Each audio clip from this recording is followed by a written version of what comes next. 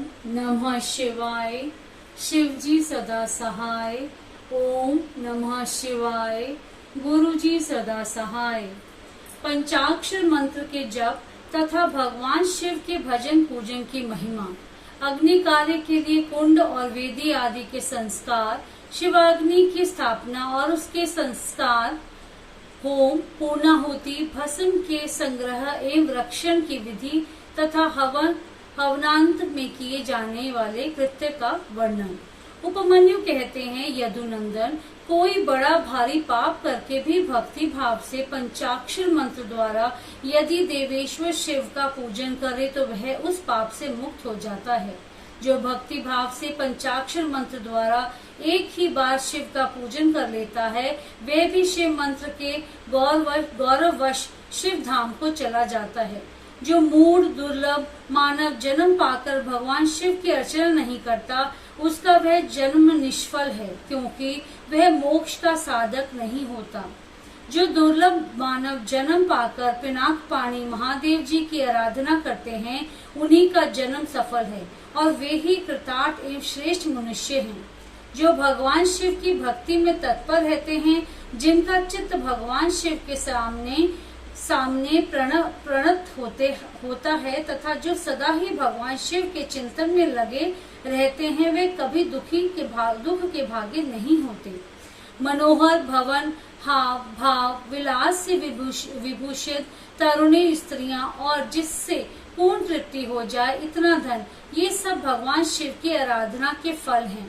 जो देवलोक में महान भोग और राज्य चाहते हैं, वे सदा भगवान शिव के चरणाविंदों का चिंतन करते हैं। सौभाग्य, कांतिमान रूप, बल, त्याग, दया भाव, शूरता और विश्व में विख्याति, ये सब बातें भगवान शिव की पूजा करने वाले लोगों को ही सुलभ होती हैं। इसलिए जो अपना कल्याण चाहता हो, उसे सब कुछ छोड़कर केवल भगवान शिव में मन लगा उसकी आराधना करनी चाहिए, उनकी आराधना करनी चाहिए। जीवन बड़ी तेजी से जा रहा है, जवानी शीघ्रता से बीती जा रही है और रोग तीव्र गति से निकट आ रहा है। इसीलिए सबको पिनाक पानी महादेव जी की पूजा करनी चाहिए। जब तक मृत्यु नहीं आती, तब तक वृद्धावस्था का आक्रमण नहीं होता और जब तक इंद्रियों की शक्ति क्षीण नहीं हो जाती, तब तक ही भगवान शंकर की आराधना कर लो। भगवान शिव की आराधना के समान दूसरा कोई धर्म तीनों लोकों में नहीं है। अब मैं अग्नि कार्य का वर्णन करता हूँ। कुंड में, स्थंडी पर, वेदी में, लोहे के हवन पात्र में या नूतन सुंदर मिट्टी के पात्र में विधि पूर्वक अग्नि की स्थापना करके उसका संस्कार करें। तत्पश्चात वहां महादेव जी की आराधना करके होम कर्म आरंभ करें। कुंड 2 या 1 हाथ लंबा चौड़ा होना चाहिए। वेदी को गोल या चकोर बनाना चाहिए, साथ ही मंडल भी बनाना आवश्यक है। कुंड विस्तृत और गहरा होना चाहिए। उसके मध्य भाग में अष्टदल कमल अंकित करें। वह 2 या 4 अंगुल ऊंचा हो। कुंड के भीतर 2 बीते की ऊंचाई पर नाभि की स्थिति बताई गई है। मध्यमा उंगली के मध्यम और उत्तम पर्वों के बराबर मध्य भाग का कटी भाग जानना चाहिए। साधु पुरुष 24 अंगुल के बराबर 1 हाथ का परिमाण बताते हैं। कुंड की 3, 2 या 1 मेखला होनी चाहिए। इन मेखलाओं का इस तरह निर्माण करें जिससे कुंड की शोभा बढ़े। सुंदर और चिकनी योनि बनाएं, जिसकी आकृति पीपल के पत्ते की भांति अथवा हाथी के अग्र रोष्ट के समान हो। कुंड के दक्षिण या पश्चिम भाग में मेखला के बीचों बीच सुंदर योनि का निर्माण करना चाहिए, जो मेखला से कुछ नीचे हो। उसका अग्र भाग कुंड की ओर हो तथा वह मेखला को कुछ छोड़कर बनाई गई हो। वेदी के लिए ऊंचाई का कोई नियम नहीं है, वह मिट्टी या बालू की होनी चाहिए। गाय के गोबर या जल से मंडल बनाना चाहिए। पात्र का परिमाण नहीं बताया गया है। कुंड और मिट्टी की वेदी को गोबर और जल से लीपना चाहिए। पात्र को धोकर तपाए तथा अन्य वस्तुओं का जल से प्रोक्षण करें। अपने अपने गृह सूत्र से बताई हुई विधि के अनुसार कुंड में और वेदी पर उल्लेखन करें। फिर अग्नि के उस आसन का कुशों अथवा पुष्पों द्वारा जल से प्रोक्षण करें। तत्पश्चात पूजन और हवन के लिए सब प्रकार के द्रव्यों का संग्रह करें। धोने योग्य वस्तुओं को धोकर प्रोक्षणी के जल से उनका प्रोक्षण करके उन्हें शुद्ध करें। इसके बाद सूर्य कांति मणि से प्रकट काष्ठ से उत्पन्न श्रोत्रिय की अग्निशाला में संचित अथवा दूसरी किसी उत्तम अग्नि को आधार सहित ले आएं। उसे कुंड अथवा वेदी के ऊपर 3 बार प्रदक्षिण क्रम से घुमाकर अग्नि बीज का उच्चारण करके उस अग्नि को उक्त कुंड का या वेदी के आसन पर स्थापित कर दें। कुंड में स्थापित करना हो तो योनि मार्ग में से अग्नि का आधान करें और वेदी पर अपने सामने की ओर अग्नि की स्थापना करें। योनि प्रदेश के पास स्थित विद्वान पुरुष समस्त कुंडों को अग्नि से संयुक्त करें। साथ ही यह भावना करें कि अपनी नाभि के भीतर जो अग्निदेव विराजमान हैं, वे ही नाभि ग्रंथ से चिंगारी के रूप में निकलकर बाह्य अग्नि में मंडलाकार होकर लीन हुए हैं।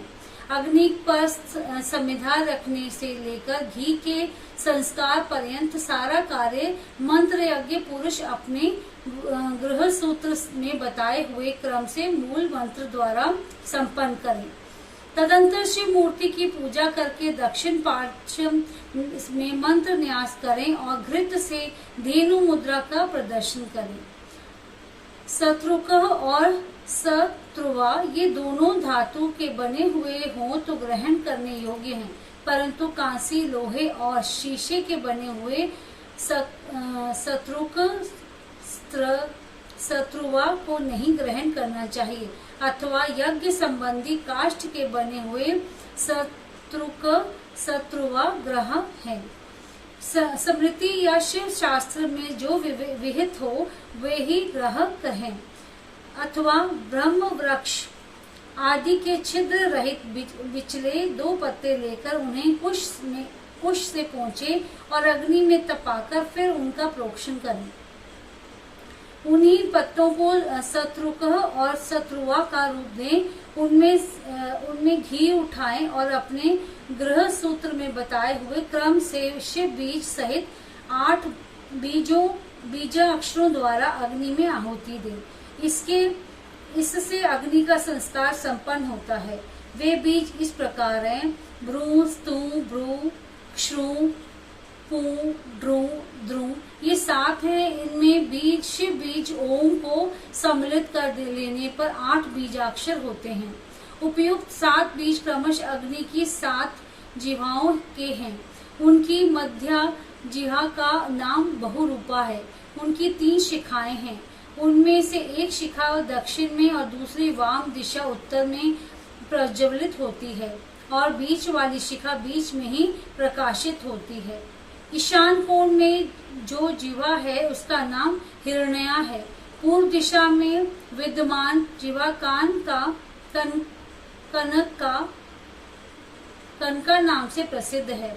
अग्नि कोण में रक्ता, नैऋत्य कोण में कृष्णा और वायव्य कोण में सुप्रभा नाम की जिह्वा प्रकाशित होती है। इनके अतिरिक्त पश्चिम में जो जिह्वा प्रज्वलित होती है उसका नाम मरुत है। इस सब की प्रभा अपने अपने नाम से अनुरूप है।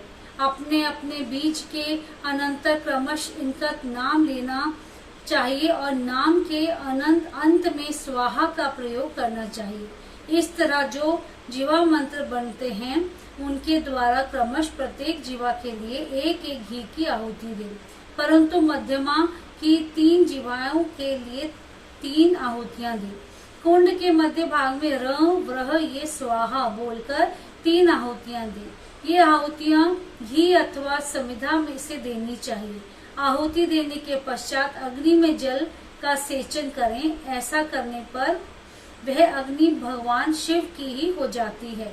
फिर उसमें शिव के आसन का चिंतन करें और वहां अर्धनारीश्वर भगवान शिव का आह्वान करके पूजन करें।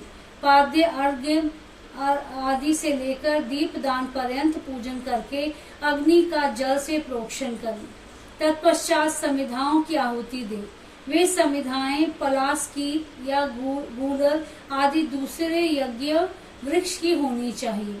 उनकी लंबाई 12 उंगल की हो। समिधाएं टेढ़ी ना हो, स्वतः सूखी हुई भी ना हो, उनके छिलके भी ना उतरे हों तथा उन पर किसी प्रकार की चोट ना हो। सब समिधाएं एक सी होनी चाहिए। 10 उंगल लंबी समिधा ही भी हवन के लिए विहित है। उनकी मोटाई कनिष्ठ या उंगली के समान होनी चाहिए अथवा प्रादेश मात्र लंबी समिधाएं उपयोग में लानी चाहिए। यदि उपयुक्त समिधाएं ना मिले तो जो मिल सके उन सब का ही हवन करना चाहिए। समिधा हवन के बाद घी की आहुति दें। घी की धारा दुर्वा दल के समान पतली और 4 उंगल लंबी हो। उसके बाद अन्न की आहुति देनी चाहिए, जिसका प्रत्येक ग्रास 16-16 माशे के बराबर हो। लावा, सरसों, जौ और तिल, इन सब में घी मिलाकर यथासंभव भक्ष्य, लेह और चोष्य का भी मिश्रण करें तथा इन सब की यथाशक्ति 10, 5 या 3 आहुतियां दे अथवा एक ही आहुति दे। शत्रुवा से, समिधा से, शत्रुकह से अथवा हाथ से आहुति देनी चाहिए।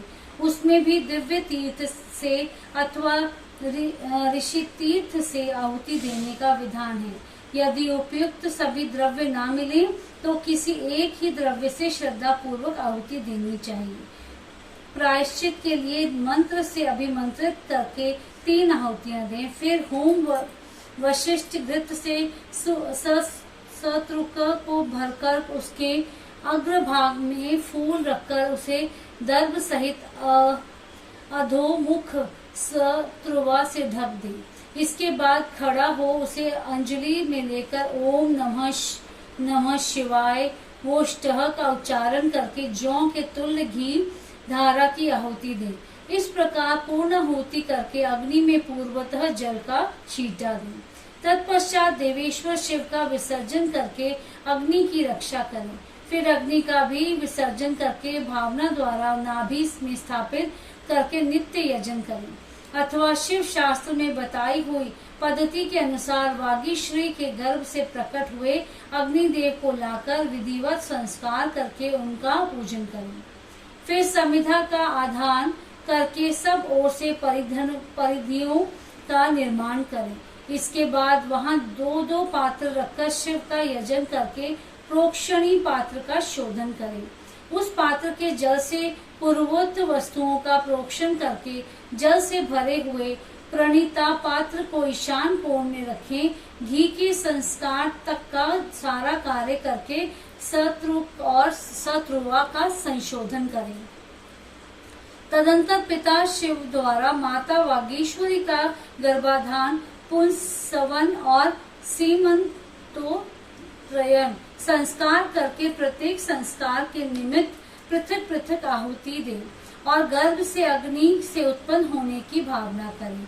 उनके 3 पैर, 7 हाथ, 4 सिंह और 2 मस्तक हैं। मधु के समान पिंगल वर्ण वाले 3 नेत्र हैं।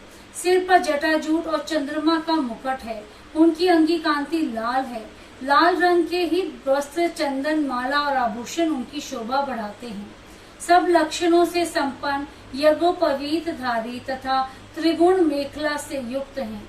उनके दाएं हाथ में शक्ति है, शत्रुक और शत्रुवा है तथा बाएं हाथ में तोमर, ताड़ का पंखा और घी से भरे हुए पात्र हैं। इस आकृति में उत्पन्न हुए अग्निदेव का ध्यान करके उनका जात कर्म संस्कार करें। तत्पश्चात नाल छेदन करके सूतक की शुद्धि करें। फिर आहुति देकर उस शिव संबंधी अग्नि का रुचि नाम रखें। इसके बाद माता पिता का विसर्जन करके चूड़ा कर्म और उपनयन आदि से लेकर आत्पो याम पर्यंत संस्कार करें। तत्पश्चात घृताधारा आदि का होम करके सविष्टकृत होम करें। इसके बाद बीज का उच्चारण करके अग्नि पर जल का छींटा डालें।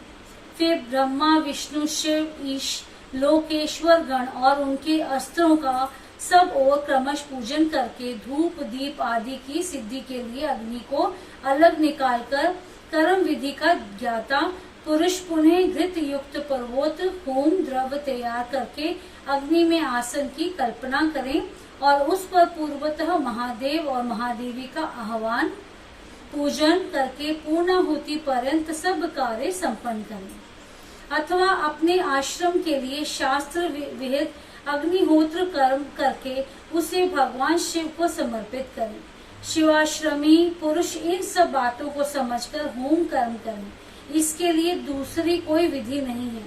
शिवाग्नि का भस्म संग्रहहीन संग्रहणीय है और अग्निहोत्र कर्म का भस्म भी संग्रह करने के योग्य है।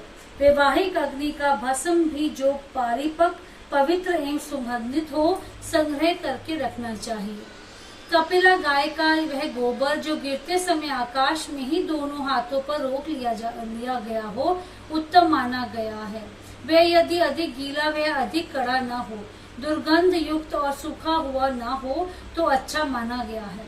यदि वह पृथ्वी पर गिर गया हो तो उसमें से ऊपर और नीचे के हिस्से को त्याग कर बीच का भाग ले उस गोबर का पिंड बनाकर उसे शिवाग्नि आदि में मूल मंत्र के उच्चारण पूर्वक छोड़ दें।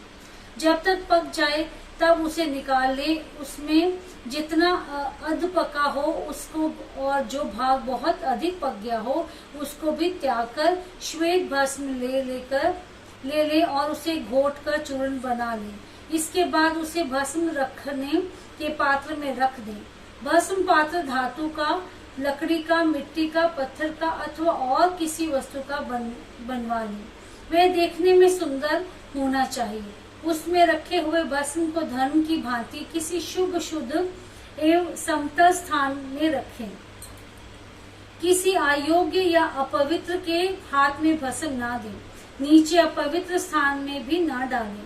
नीचे के अंगों से उसका स्पर्श ना करें। भस्म की ना तो अपेक्षा करें और ना उसे लांगे ही। शास्त्रोक्त समय पर उस पात्र में से भस्म लेकर मंत्रोच्चारण पूर्वक अपने ललाट आदि में लगाएं। दूसरे समय से उसका उपयोग ना करें और ना अयोग्य व्यक्तियों के हाथ में उसे दें। भगवान शिव का विसर्जन ना हुआ हो तभी भस्म संग्रह कर लें, क्योंकि विसर्जन के बाद उस पर चंड का अधिकार हो जाता है। जब अग्नि कार्य संपन्न कर लिया जाए तब शिव शास्त्रोक्त मार्ग से अथवा अपने ग्रह सूत्र में बताई हुई विधि से बलिकर्म करें। तदंतर अच्छी तरह लिपे पुते मंडल में विद्यासन को बिछाकर विद्या कोश की स्थापना करके क्रमश पुष्प आदि के द्वारा यजन करें। विद्या के सामने गुरु का भी मंडल बनाकर वहां श्रेष्ठ आसन रखें और उस पर पुष्प आदि के द्वारा गुरु की पूजा करें। तदंतर पूजनीय पुरुषों की पूजा करें और भूखों को भोजन कराएं। इसके बाद स्वयं सुख पूर्वक शुद्ध अन्न भोजन करें। वे अन्न तत्काल भगवान शिव को निवेदित किया गया हो अथवा उनका प्रसाद हो। उसे आत्म शुद्धि के लिए श्रद्धा पूर्वक भोजन करें। जो अन्न चंड को समर्पित हो उसे लोभवश ग्रहण न करें। गंध और पुष्पमाला आदि जो अन्य वस्तुएं हैं उनके लिए भी यह विधि समान है, अर्थात चंड का भाग होने पर उसे ग्रहण नहीं करना चाहिए। वहाँ विद्वान पुरुष मैं ही शिव हूँ ऐसी बुद्धि ना करे। भोजन और आचमन करके शिव का मन ही मन चिंतन करते हुए